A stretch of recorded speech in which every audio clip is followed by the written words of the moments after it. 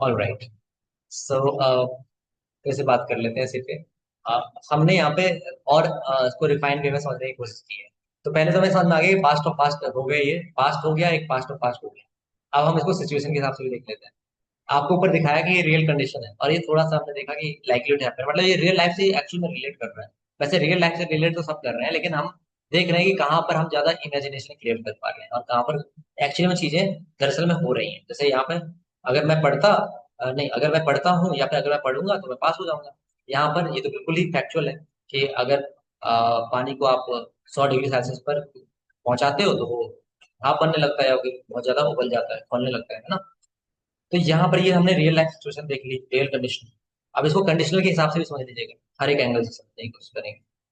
Late me know my voice is clear और not. तो इसको हमने रियल कंडीशनल में देख लिया कि जीरो कंडीशनल और प्रेजेंट वाला आ गया है ना, प्रेजेंट और ये फ्यूचर वाला। तो जितने जो प्रेजेंट वाला था, एक तरह से मैं कहना चाहूँ, जो प्रेजेंट वाला था वो रियल कंडीशनल है, जो पास्ट वाला था वो अनरियल कंडीशन कंडीशनल है ना। तो ये चीज आप इस तरह से भी आप समझ सकते हैं, ठीक है। और आपको दिख भी रहा होगा ना कि अगर ऐसा होता वैसा होता तो वैसा हो जाता है ना। कि अगर लॉटरी हम जीतते तो हम वर्ल्ड टूर पे जाते, है ना। और अगर हम हमने लॉटरी जीती होती, अगर वो हो ही गया होता तो हम पक्का चले गए होते, इस तरह से। तो आपने कमेंट में आंसर भी किया था। अब इसको देख लेते हैं थर्ड कंडीशन को फिर से एक बार। ये एक्चुअली में थोड़ा सा सेकंड कंडीशन में हाइपोथेटिकल सिचुएशन लिखा है, क्योंकि मान लो वो हो भी सकता था। अब यहाँ पर बिल्कुल डिक्लेयर कर दिया गया है इसको समझने के लिए। सावित्री जी ने बोला था, मैं उस पॉइंट से एग्री कर रहा हूँ, कि एक वाले में क्या था कि ऐसा था कि हम उसकी बात कर रहे हैं कि अगर ऐसा होता ना, कि मतलब मैंने लॉटरी जीती होती तो मैं वर्ल्ड टूर पर गया होता। तो वहां पे थोड़ा सा हाइपोथेसिस मैंने क्रिएट की कि ऐसा होता तो ये पॉसिबिलिटी है थोड़ी सी कि हो जाता तो मैं घूम जाता, लेकिन एक्चुअली में ये अनरियल ही है, ऐसा हुआ नहीं, राइट। बट मैं लास्ट वाले की बात करूँ, इसको इम्पॉसिबल लिखने का रीजन क्या है। तो इसको इम्पॉसिबल लिखने का रीजन ये है कि मतलब ये हुआ ही नहीं था। पास्ट ऑफ पास्ट मतलब ऐसा अगर हुआ होता तो वैसा हुआ होता, समझिएगा चीजें, ठीक है। तो पास्ट वाले में, पास्ट परफेक्ट वाले में बेसिकली हम बात कर रहे हैं। इफ पास्ट परफेक्ट और उसके बाद वुड हैव लगेगा, एंड देन हम आगे अपना सोन करेंगे, ठीक है। तो ये हम यहाँ पर इस तरह से कर लेते हैं। अच्छा, इसको हम यहाँ पे वुड के साथ इन्फिनेटिव ही था यहाँ पे, आपको बताया था इन्फिनेटिव टू और वर्ब होता है, टू और वर्ब है ना। टू के बाद वर्ब लगाते हैं तो वो टू हट जाता है, तो वुड के बाद यहाँ पे फर्स्ट फॉर्म आया है। और यहाँ पर टीपी का मतलब पास्ट पार्टिसिपल। पास्ट पार्टिसिपल बताइएगा वर्ब की कौन सी फॉर्म होती है। इन्फिनेटिव में तो फर्स्ट फॉर्म हो गई, ठीक है, फर्स्ट फॉर्म लगाइए अपने आप। पास्ट पार्टिसिपल बताइएगा कौन सी फॉर्म। हैव के बाद हमेशा कौन सी फॉर्म लगती है, ये भी ट्रिक आप बना सकते हैं, राइट। तो पीपी मतलब पास्ट पार्टिसिपल आपका लगेगा बी थर्ड। तो ये चीज आप याद रखेंगे। तो अब हमने कहा कि if I had studied I would have pass. अब ये क्या है, ये एक ऐसी कंडीशन, मतलब मान लो कोई फेल हो चुका था, कोई फेल हो चुका है मान लीजिए, और अब वो कह रहा है कि भाई अगर मैंने पढ़ा होता ना तो मैं पास हो गया होता। समझ रहे हैं चीजों को, वो फेल हो चुका है, अब पास होना पॉसिबल नहीं है। लेकिन वो अब कह रहा है कि अगर पढ़ा होता तो मैं पास हो गया होता। जैसे मान लीजिए आप में से काफी लोग होंगे, मैं नहीं चाहता कि ऐसे हो। मान लीजिए 90 डेज कवर हो गए, आप में से कहेंगे कि अगर मैंने अच्छे से क्लास ली होती तो मैं अंग्रेजी बोल पाता, है ना। मैं नहीं चाहता कि आप वो वाली कंडीशन में जाए कि if I had attended the class properly I would have spoken English, है ना। अब ऐसे ही मुझे आप बताइएगा इसी थर्ड कंडीशन में, ये होता कॉन्सेप्ट मैं बोलता हूँ इसको, कि कोई चीज अगर ऐसा हो जाता तो वैसा हो जाता, हुआ होता तो अगर मैं थोड़ा और पढ़ा होता तो आज मैं ट्रेनिंग पर होता। क्या बात है दीपा जी, इसको ट्रांसलेट कीजिएगा। If I had, Atul ji ने किया है, इफ आई हैड स्टडीड, थोड़ा और को नहीं बोला आपने, थोड़ा और को लगाइएगा, सब लोग कीजिएगा। थोड़ा और, लिटिल मोर भी कह सकते हैं, आप अपने हिसाब से लगाइए, वैसे सेंस के आधार पर लगाएंगे इसको। If I had studied I would have passed the examination, सही है वैसे, लेकिन थोड़ा और को एम्फेसाइज नहीं किया। तो पढ़ा होता तो आज मैं ट्रेनिंग पर होता। आई would have, I if I had studied, अच्छा ट्रेनिंग वाला नहीं ऐड किया आपने। If I had studied I would have passed the exam, अच्छा मेरा वाला बोला। दीपा जी का एग्जाम्पल है, अगर मैं थोड़ा और पढ़ा होता तो मैं आज ट्रेनिंग पर होता। इसको कीजिएगा जल्दी से। अच्छा है, क्वेश्चन क्वेश्चन पूछा है। अगर मैं थोड़ा और पढ़ा होता, थोड़ा और के लिए लिटिल मोर भी लगा सकते हैं, बाकी आपको जो मन हो तो आपसे भी आप कीजिएगा अपने साइज का। अगर मैं थोड़ा और पढ़ा होता तो आज मैं ट्रेनिंग पर होता, आज के लिए टुडे लगाएंगे, ठीक है, मैं ट्रेनिंग पर होता, कीजिए जल्दी से। थर्ड कंडीशनल है ये। अगर मैं थोड़ा और पढ़ा होता तो मैं आज ट्रेनिंग पर होता। If I little more study, नहीं जी, हैड नहीं लगाया पहली बात आपने, लिटिल मोर बाद में जाएगा स्टडी, ठीक है, अदर्स में। या फिर वो आप मॉडिफाई कर रहा है तो उसको हम बोलते हैं adverb. If I had little more study, सोचिए जिसने लिटिल मोर यहाँ पे लगा दिया, पहले थोड़ा सा लिटिल मैंने मोर बोला तो आप समझ में नहीं आया कि लिटिल मोर लगाना कहाँ पे है। हैड के बाद थर्ड फॉर्म आता है, स्टडीड करेंगे। If I had studied a little bit more, little bit भी और मोर भी। बिट का मतलब मालूम क्या होता है, थोड़ा बहुत, मोर मतलब ज्यादा, तो ये दोनों तो कॉन्ट्राडिक्ट कर रहे हैं भाई मेरे। If I studied a little more ऐसे कीजिएगा, I would have been on training now, ठीक है। आगे इफ आई हैड, संगम जिन किया, if I had more study, नहीं जी, मोर स्टडी नहीं, ऐसे नहीं करेंगे। थोड़ा सा एक्शन वर्ड को सही से प्लेस कीजिए, इफ आई हैड स्टडीड मोर कीजिए, थोड़ा ज्यादा पढ़ा होगा वैसे का मतलब नहीं। आई would have on the training today, हाँ टुडे लगा सकते हैं, बहुत बढ़िया, आज के लिए बोला आपने। इफ आई सावित्री जी ने किया, if I had study something more, something more भी कर सकते हैं, बहुत बढ़िया। आई would have, I would have on training, नहीं जी, ये यहाँ पे गलती कर दी आपने। अच्छा, आप सभी लोग गलती कर रहे हैं, आई would have on the training मैंने नोटिस नहीं किया, आई वुड हैव बीन हो जाएगा। आप इस कॉन्सेप्ट को भूल गए हैं क्या? जब भी मान लीजिए वर्ब नहीं दिया होता है, चाहे वो एडजेक्टिव हो या कोई और चीज हो, नाउन, तो वहां पर हमें हैव के बाद डायरेक्ट हम नहीं लगा सकते। तो वो स्टेट ऑफ बीइंग हो गया ना, स्टेट ऑफ बीइंग मतलब हैव के बाद इज एम आर भी नहीं लगा सकते, तो वहां पर बीन लगाते हैं। कुछ लोगों ने बीन लगाया था ऊपर, जैसे अतुल जी का बीन आया था, तो वो सही था उनका। तो I would have been on training, है ना, ऐसे हो जाएगा। ज्ञान प्रकाश जी ने किया है, if I had studied little more then, then को होता लिख दिया आपने, I would have been on training, सही है, देन को सही कर लीजिएगा बस। कनिका जी ने किया है, if I had studied a little more, सही है। I would have in training, नहीं, बीन लगाएंगे यहाँ पर, वही गलती आपने की है। जब अगर वर्ब नहीं है तो वहां पर बीन लगाना पड़ेगा, ठीक है, क्योंकि वर्ब मिसिंग है ना यहाँ पे। ट्रेनिंग पर होता, होता, होना, स्टेट ऑफ बीइंग हो गया ना, तो इज एम आर तो लगाने से रहे, वॉज वर्ब भी लगाने से रहे, बी लगा नहीं सकते, तो हैव के बाद बीन लगाएंगे थर्ड फॉर्म। अतुल जी ने किया है फिर से, if I had studied a little more, I would have been on training now, सही है। If I had read read little more, Deepa ji ने खुद किया है, if I have had read बोलेंगे sorry, if I had read little, read की जगह आप स्टडी भी बोलिए, ज्यादा बेटर रहेगा, क्योंकि वो पढ़ना मतलब रीडिंग वाला पढ़ना होता है, जैसे कि कुछ पढ़ रहे हैं। साइंस में ज्यादा स्टडी रहेगा, मतलब सिर्फ पढ़ना भी है, लिखना भी है, सब कुछ शामिल होता है, टेस्ट भी शामिल होता है, तो स्टडी ज्यादा बेटर रहेगा यहाँ पे। If I had studied little more, सही है आपका। I would have been on training.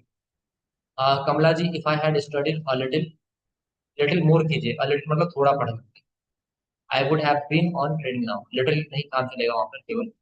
Anamika जी ने किया है, if I had little more study, गलत है ये, इफ आई हैड स्टडीड कीजिए पहले, स्टडीड, है ना, थर्ड फॉर्म लगेगा, हैड के बाद थर्ड फॉर्म यूज होता है। I would have been on training today, सही है, ये आगे वाला सही है, ठीक है। तो if I had studied a little मोर, है ना, या समथिंग मोर, या फिर आप लोगों ने क्या किया पहले फॉर्म में, लिटिल मोर, अ लिटिल मोर, सही है, समथिंग मोर, ये आपका है, तो ये मेरे हिसाब का भी यही चल रहा है, तो अ लिटिल मोर लगा लीजिए, समथिंग मोर भी लगा देते हैं, अ लिटिल मोर ज्यादा अच्छा साउंड कर रहा है। If I had studied a little more, I would have been on training today. If I had studied a little more, I would have been on training today. तो हैव बीन भी लग जाएगा अगर आपका noun वगैरह use हो रहा है, और आपका वहां पर कोई वर्ब है तो पास्ट पार्ट्स में लगा देंगे, नहीं तो बीन, बी का आप थर्ड फॉर्म लगाते हैं तो बीन, ठीक है। तो ये आपके दो अनरियल कंडीशन, ठीक है, आगे बढ़ते हैं। जीरो कंडीशनल बता ही दिया था आपको, से एक एग्जांपल और ले लेते हैं, पहले समझ लेते हैं। It is used to talk about things that are always, always true और फैक्चुअल, जो हमेशा सच हो, है ना, या फैक्चुअल हो, तथ्यात्मक हो, चाहे वो साइंटिफिक फैक्ट हो, जनरल, या फिर यूनिवर्सल ट्रूथ, मतलब सार्वभौमिक सत्य, इसको टाला नहीं जा सकता। सिंपल प्रेजेंट और सिंपल प्रेजेंट दोनों के साथ बनेगा ये, present simple, present simple. If you expose the phosphorus to air, if you expose phosphorus to air it burns. सही बात है, साइंटिफिक कॉन्सेप्ट बताया आपको, है ना।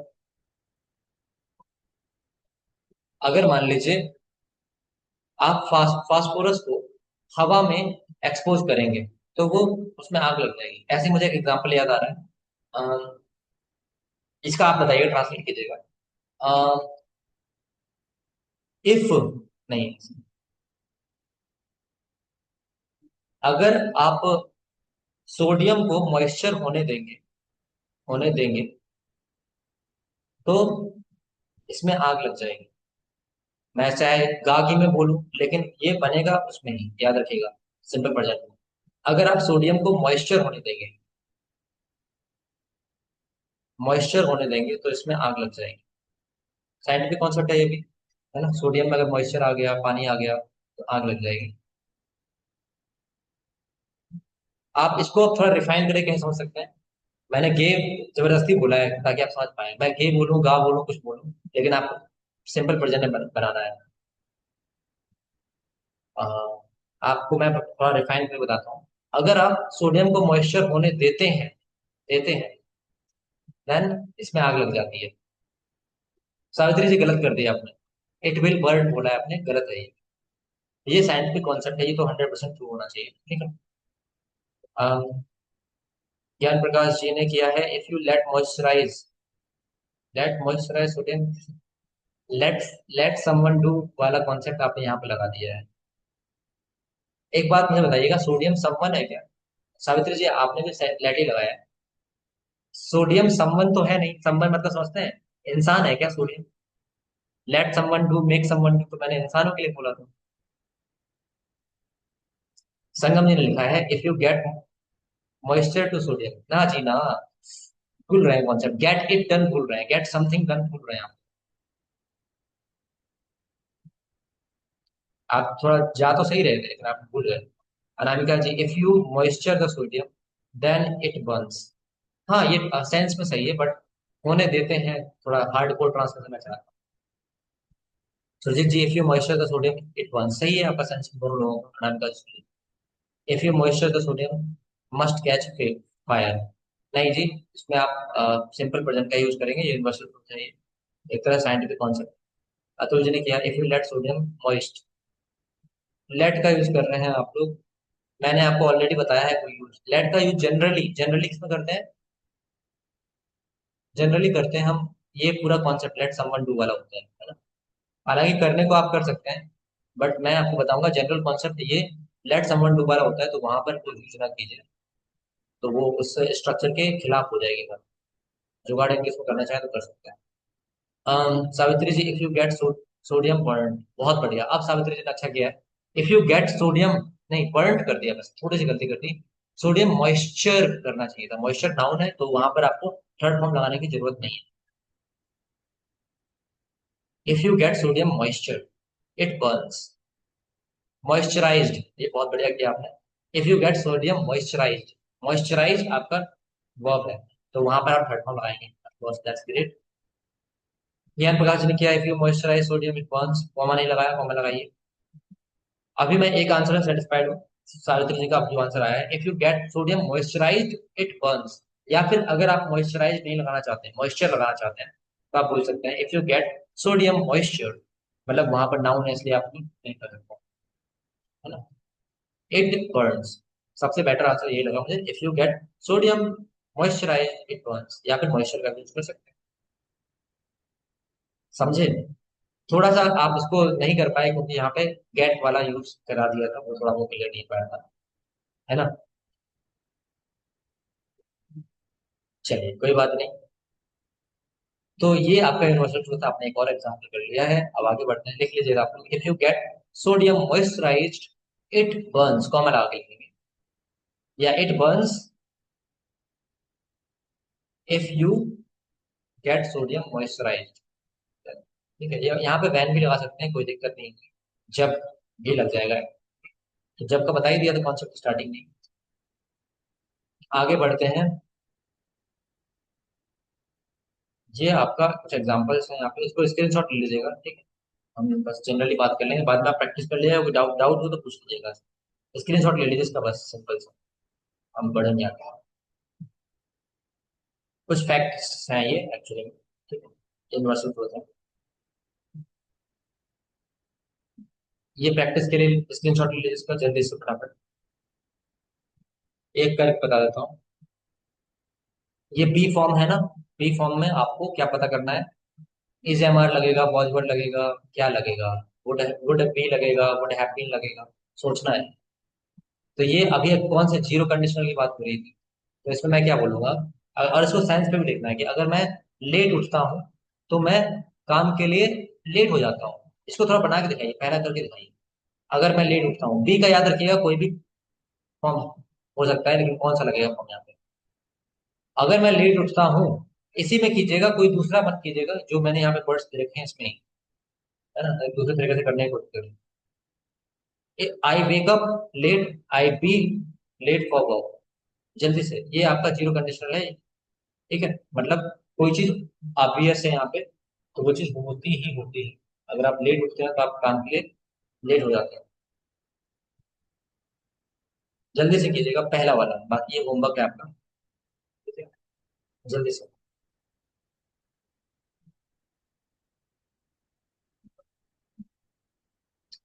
If I wake up late, I late for office. ना जी ना, बी भूल गए आप, यहाँ पे लेट से पहले बी फॉर्म नहीं लगाया आपने। अब बी फॉर्म कौन सा आएगा, यही तो मैं चाहता हूँ कि आप बता पाओ। बी लगाया ना, लेट फॉर वर्क। ऑफिस था ही नहीं पहली बात। मैंने कहा ना इसी के साथ कीजिए, पहले वाले तो ऑफिस मतलब ये बिल्कुल सेम कीजिए इसी में, क्योंकि इस तरह से जो वर्ड वर्ड दिया है इसको अरेंज करना है। इन वर्ड्स को अरेंज कीजिए और अच्छे से लगाइए। अतुल जी ने किया है, if I get up late I am late for the office.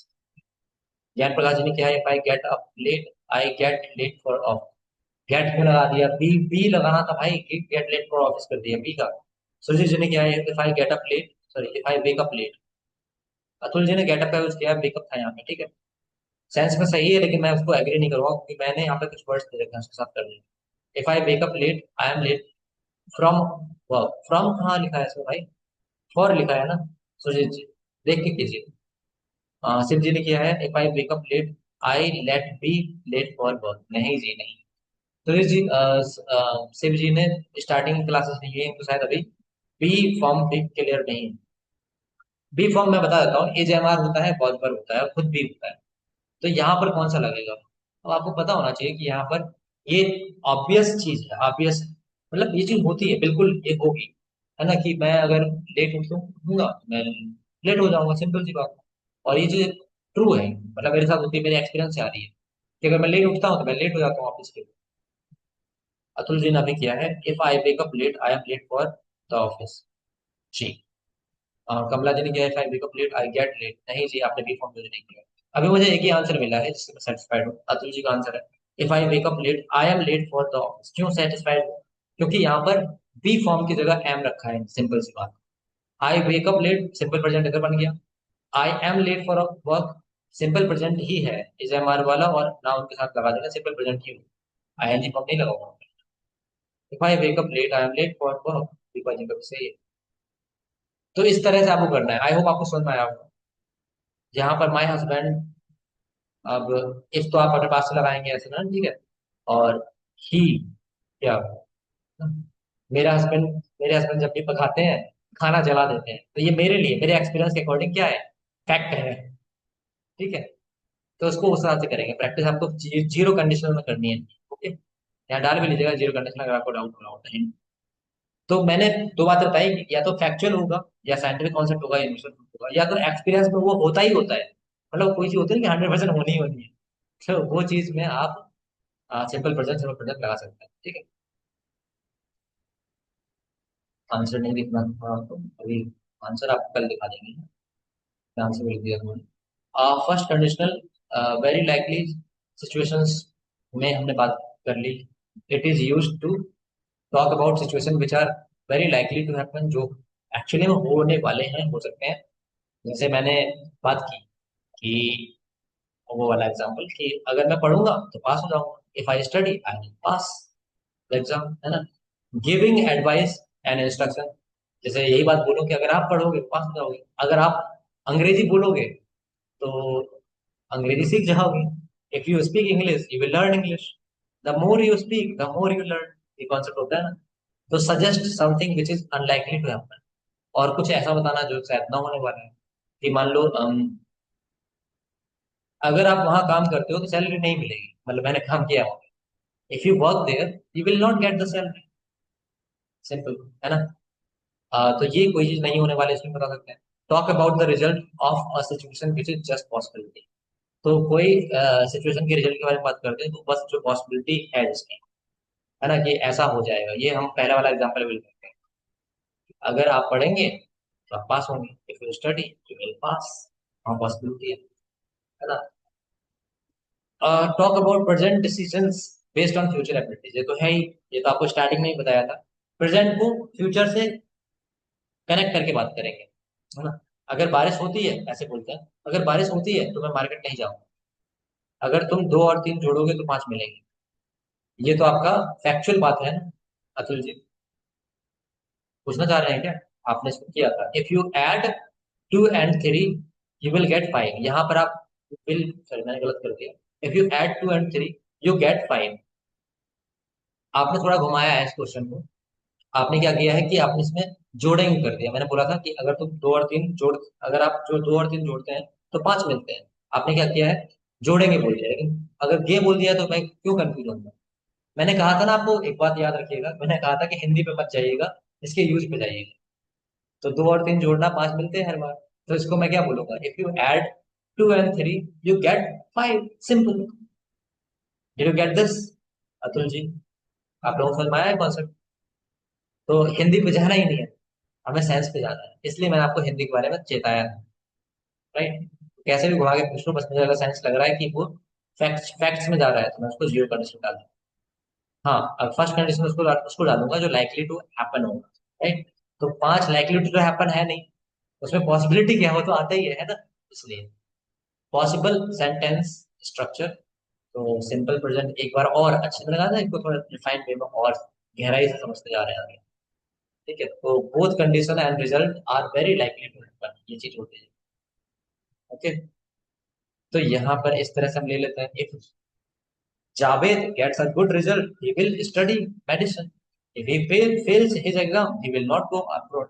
तो ये कितनी प्रैक्टिकल बातें हो रही है कि जावेद का अच्छा रिजल्ट आता है तो वो मेडिसिन के लिए पढ़ाई करेगा, अगर फेल होता है तो वो भाई विदेश नहीं जाएगा पढ़ने के लिए, है ना। तो इस तरह से आपको रियल लाइफ में इम्प्लीमेंट करना है इसको। ये कुछ एग्जाम्पल आपको दिखा रहे हैं, देखिए। इम्परेटिव में भी बन सकता है, इस चीज को मैंने अभी तक नहीं बताया, है ना। अब आते हैं थोड़ा आगे और अप्लाइड कंडीशंस को देखते हैं, है ना। This is a way of giving advice और इंस्ट्रक्शन।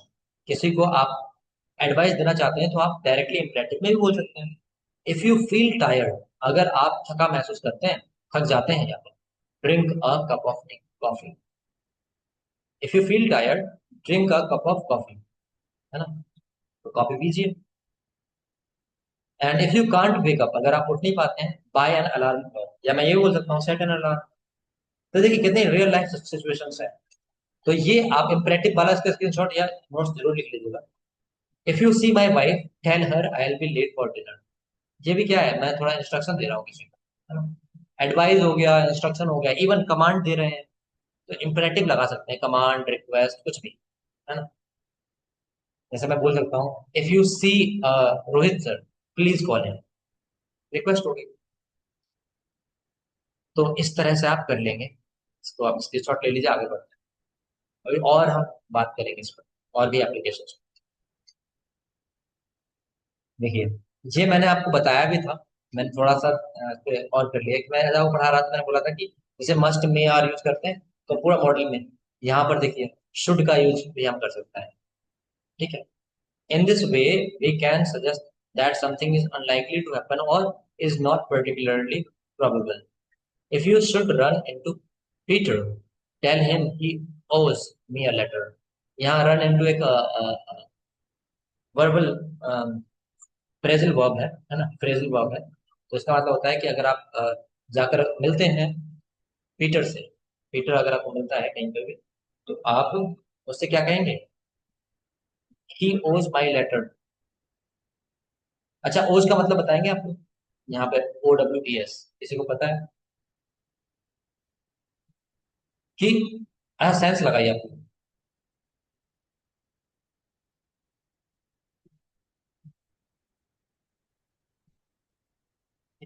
अगर आप पीटर से मिलते हैं तो उसको बताइएगा, और ये भी बताइएगा, यहाँ पे एक चीज बताइएगा मुझे कि ये एक्चुअली में पीस ऑफ एडवाइस लेंगे या piece of instruction, piece of instruction लेंगे, क्या लेंगे बताइएगा।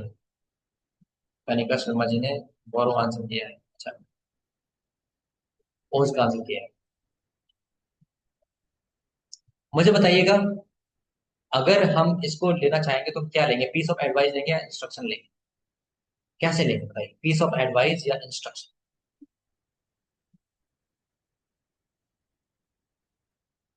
जल्दी से बताइए, सभी लोग बताएंगे, मैं वेट करूँ।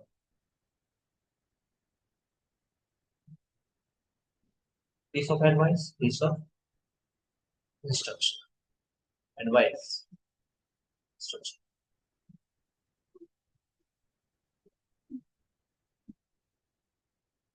बिल्कुल, बढ़िया।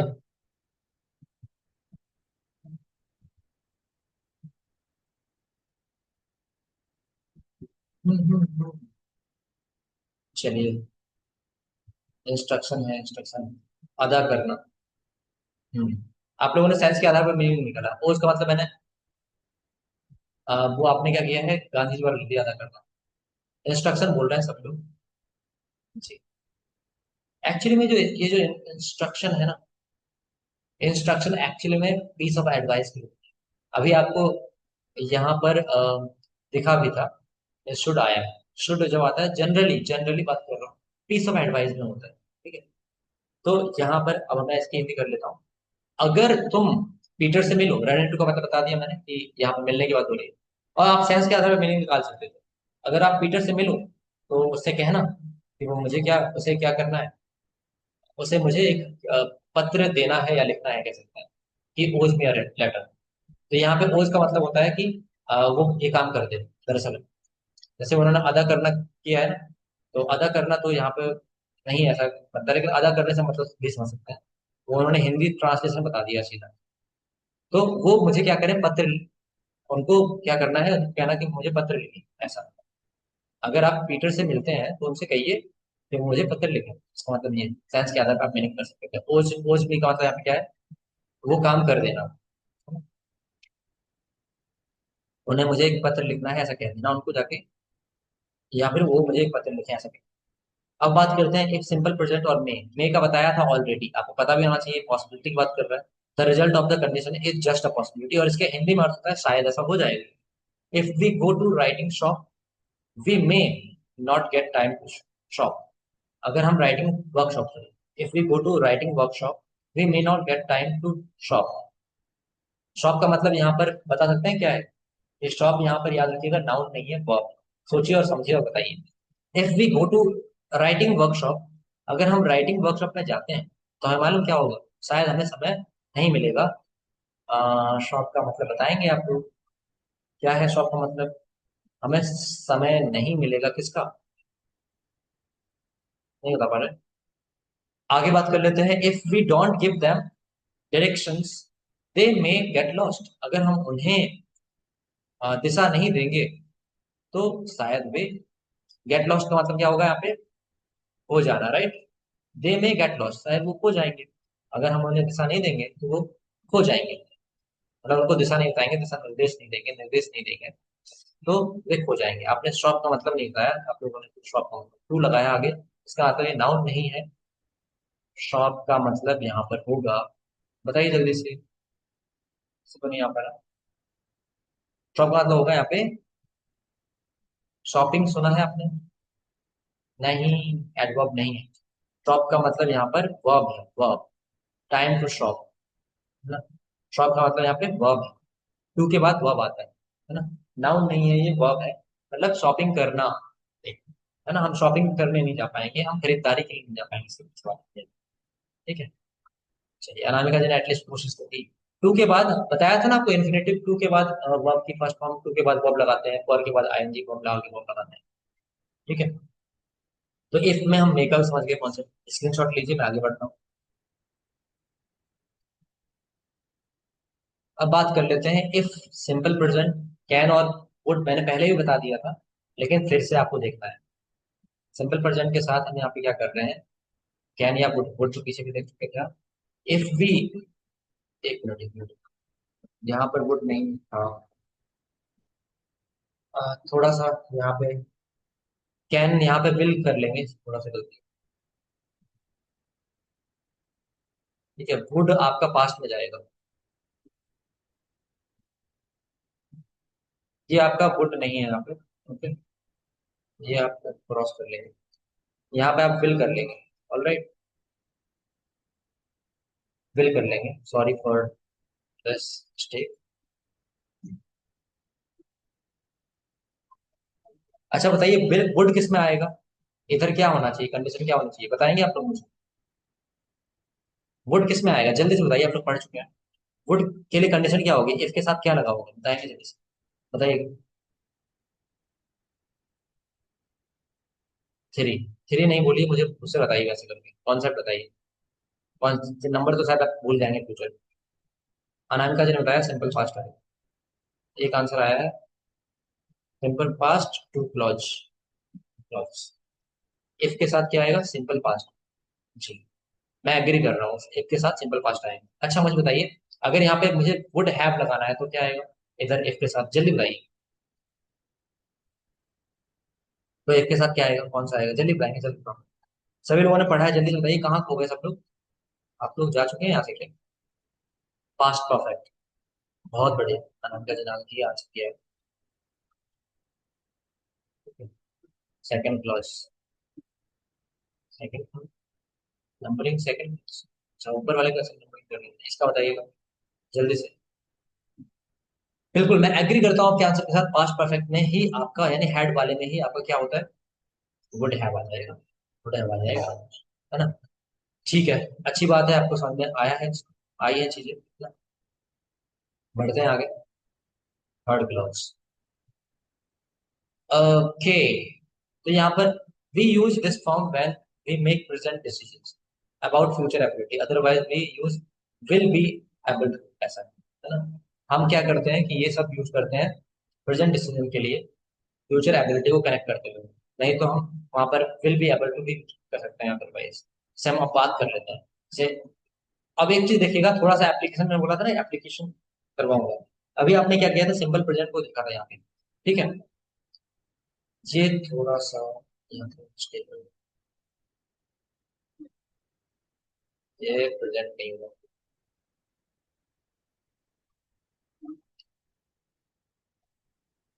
हैवंट की जगह यहाँ पे डू नॉट हैव कर लिया। If I do not have enough time, do not या don't, if I don't have enough time today, I can wash your car tomorrow, ठीक है। इफ आई डू नॉट या I don't have enough time, I can wash your car tomorrow, ठीक है। एक possibility की बात की है। मैंने आपको एक चीज बताई थी, वो बात भी याद रखिएगा। पॉसिबिलिटी और एबिलिटी दोनों शो होती है कैन से, कैन से दोनों शो हो सकती है, मे से तो होती है, पता ही है आपको, मे भी लगा सकते हैं कुछ, शायद वाला अगर करेंगे तो, है ना। बट यहाँ कैन का भी यूज किया जाता है। यहाँ पे लिखा है ना फ्यूचर एबिलिटी, कभी कभी पॉसिबिलिटी भी शो होती है, ये बात आप याद रखो। Sorry sir, I am unable to continue today. बस 2 मिनट रुकिए, बस हम भी यहाँ से विदा लेने वाले हैं थोड़ी देर। सभी चलिए जाइए, पॉसिबल वेट फॉर 2 मिनट्स, बस यही करेंगे क्योंकि ज्यादा हो जाएगा। If I don't have enough time today, I can wash your car tomorrow, ये चीज ऐसे। ऑलराइट, ऐसे कर लेंगे।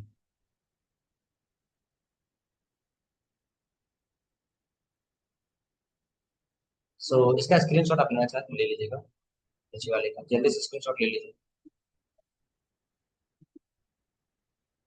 और एक चीज और मैं देना चाहूंगा, उसका स्क्रीनशॉट ले लीजिएगा, बाकी हम कल इस पे बात भी करेंगे अच्छे से, क्योंकि अगर सारे पे हम सारे एप्लीकेशन पे बात कर लेते हैं ना तो बड़ा कंफ्यूजन होगा। पहले वाले जो आपका पीपीटी बनाई थी उसमें जनरल कॉन्सेप्ट पे सारे बात कर ली है ना। तो अभी आप इतना प्रैक्टिस करते रहिएगा जितना भी आपको पढ़ाया गया। इसको हम थोड़ा सा,